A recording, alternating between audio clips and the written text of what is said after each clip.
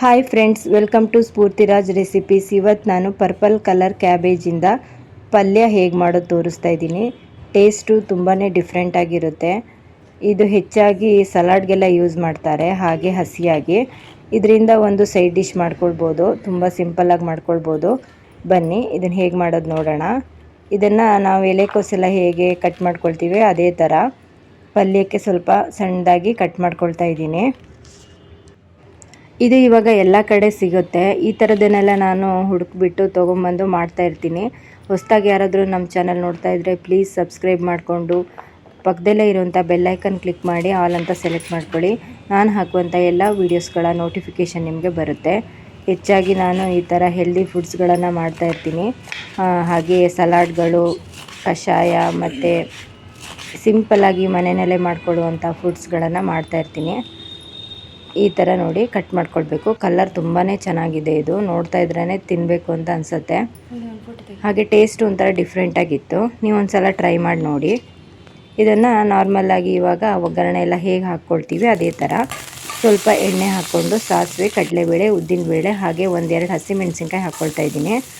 ಇವಾಗ ಇದಕ್ಕೆ ಸ್ವಲ್ಪ ಈರುಳ್ಳಿ ಹಾಕ್ಕೊಳ್ತಾ ಇದ್ದೀನಿ. ಈರುಳ್ಳಿ ಎಲ್ಲ ಚೆನ್ನಾಗಿ ಬಾಡಿಸ್ಕೊಳ್ಬೇಕು. ಈರುಳ್ಳಿ ಬಾಡಿಸ್ಕೊಂಡ್ರ ಮೇಲೆ ನಾವು ಟೊಮೆಟೊನ ಇದಕ್ಕೆ ಸೇರಿಸ್ಕೊಳ್ತಾ ಇದ್ದೀವಿ. ಟೊಮೆಟೊ ಹಾಕ್ಕೊಂಡ್ರ ಮೇಲೆ ಸಾಫ್ಟಾಗಿ ಅದು ಬೇಯಬೇಕು. ಒಂದೆರಡು ನಿಮಿಷ ಹಾಗೆ ಬಿಡೋಣ. ಸಾಫ್ಟ್ ಆದ್ರ ಮೇಲೆ ಇದಕ್ಕೆ ಇವಾಗ ನಾವು ಎಲೆಕೋಸನ್ನು ಸೇರಿಸ್ಕೊಳ್ತಾ ಇದ್ದೀವಿ. ಈ ಥರ ಸಿಂಪಲ್ಲಾಗಿ ಪಲ್ಯ ಮಾಡಿಕೊಂಡ್ರೆ ತುಂಬ ರುಚಿಯಾಗಿರುತ್ತೆ. ಇದಕ್ಕೆ ಒಂದು ತಿಳಿ ಸಾರು ಮಾಡಿಕೊಂಡ್ರೆ ಸಾಕಾಗುತ್ತೆ. ಎಣ್ಣೆಲೆ ಒಂದೆರಡು ನಿಮಿಷ ಬಾಡಿಸ್ಕೊಳ್ತಾ ಇದ್ದೀನಿ. ಆಮೇಲೆ ಇದಕ್ಕೆ ನೀರು ಹಾಕಿ ಒಂದು 10 ನಿಮಿಷ ಬೇಯಿಸ್ಕೊಳ್ಬೇಕಾಗುತ್ತೆ. ಯಾರೆಲ್ಲ ಈ ಪರ್ಪಲ್ ಕಲರ್ ಕ್ಯಾಬೇಜ್ನ ಯೂಸ್ ಮಾಡಿದ್ದೀರಾ, ನಿಮಗೆ ಇಷ್ಟ ಆಗುತ್ತಾ ಕಮೆಂಟ್ ಮಾಡಿ ತಿಳಿಸ್ಬೋದು. ಯಾರೆಲ್ಲ ಟ್ರೈ ಮಾಡಿಲ್ಲ ಇದನ್ನು ಒಂದು ಸಲ ಟ್ರೈ ಮಾಡಿ ನೋಡಿ, ತುಂಬ ಚೆನ್ನಾಗಿ ಬರುತ್ತೆ. ಇವಾಗ ಸ್ವಲ್ಪ ನೀರು ಹಾಕ್ಕೊಂಡು ಚೆನ್ನಾಗಿ ಇದನ್ನು ಬೇಯಿಸ್ಕೊಳ್ಬೇಕು.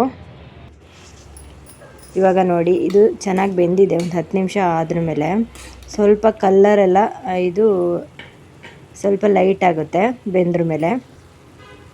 ಈಗ ನೀರಿನಂಶ ಎಲ್ಲ ಹೋಗೋವರೆಗೂ ಸ್ವಲ್ಪ ಇಟ್ಕೊಂಡ್ರೆ ಆಯಿತು. ಇವಾಗ ಸ್ವಲ್ಪ ಅರಿಶಿನ ಹಾಕ್ತಾಯಿದ್ದೀನಿ, ಹಾಗೆ ರುಚಿಗೆ ಉಪ್ಪು ಹಾಕ್ಕೊಳ್ತಾ ಇದ್ದೀನಿ. ಇದಕ್ಕೆ ಕೊನೆಯಲ್ಲಿ ಸ್ವಲ್ಪ ತೆಂಗಿನಕಾಯಿ ತುರಿ ಬೇಕಾದರೂ ನೀವು ಸೇರಿಸ್ಕೊಳ್ಬೋದು. ನಾನಿಲ್ಲಿ ಟೊಮೆಟೊ ಈರುಳ್ಳಿ ಹಾಕ್ಕೊಂಡಿದ್ರಿಂದ ತೆಂಗಿನಕಾಯಿ ತುರಿನ ಆ್ಯಡ್ ಮಾಡಿಲ್ಲ. ಹಾಗೆ ಮಾಡಿಕೊಂಡ್ರೂ ತುಂಬ ಟೇಸ್ಟಾಗಿಯೇ ಇರುತ್ತಿದ್ದು. ಇವಾಗ ಪಲ್ಯ ರೆಡಿಯಾಗಿದೆ. ಸ್ವಲ್ಪ ನೀರಿನಂಶ ಹೋದರೆ ಆಯಿತು. ಇದು ಕಂಪ್ಲೀಟಾಗಿ ಕೂಲ್ ಆದ್ರ ಮೇಲೆ ಕರೆಕ್ಟಾಗಿ ರೆಡಿಯಾಗಿರುತ್ತೆ. ರಸಮ್ಮು ಮತ್ತು ರೈಸ್ಗೆ ಸೈಡ್ ಡಿಶ್ ಆಗಿ ಇದನ್ನು ಮಾಡಿಕೊಂಡ್ರೆ ತುಂಬ ಚೆನ್ನಾಗಿರುತ್ತೆ. ನೀವು ಒಂದು ಸಲ ಟ್ರೈ ಮಾಡಿ ನೋಡಿ. ಈ ವಿಡಿಯೋ ಇಷ್ಟ ಆದರೆ ಪ್ಲೀಸ್ ಲೈಕ್ ಮಾಡಿ, ಶೇರ್ ಮಾಡಿ, ಹಾಗೆ ನಮ್ಮ ಚಾನಲನ್ನು ಸಬ್ಸ್ಕ್ರೈಬ್ ಮಾಡ್ಕೊಳ್ಳಿ. ನೆಕ್ಸ್ಟ್ ಮತ್ತೊಂದು ವಿಡಿಯೋದಲ್ಲಿ ಮತ್ತೆ ಸಿಗೋಣ. Thank you.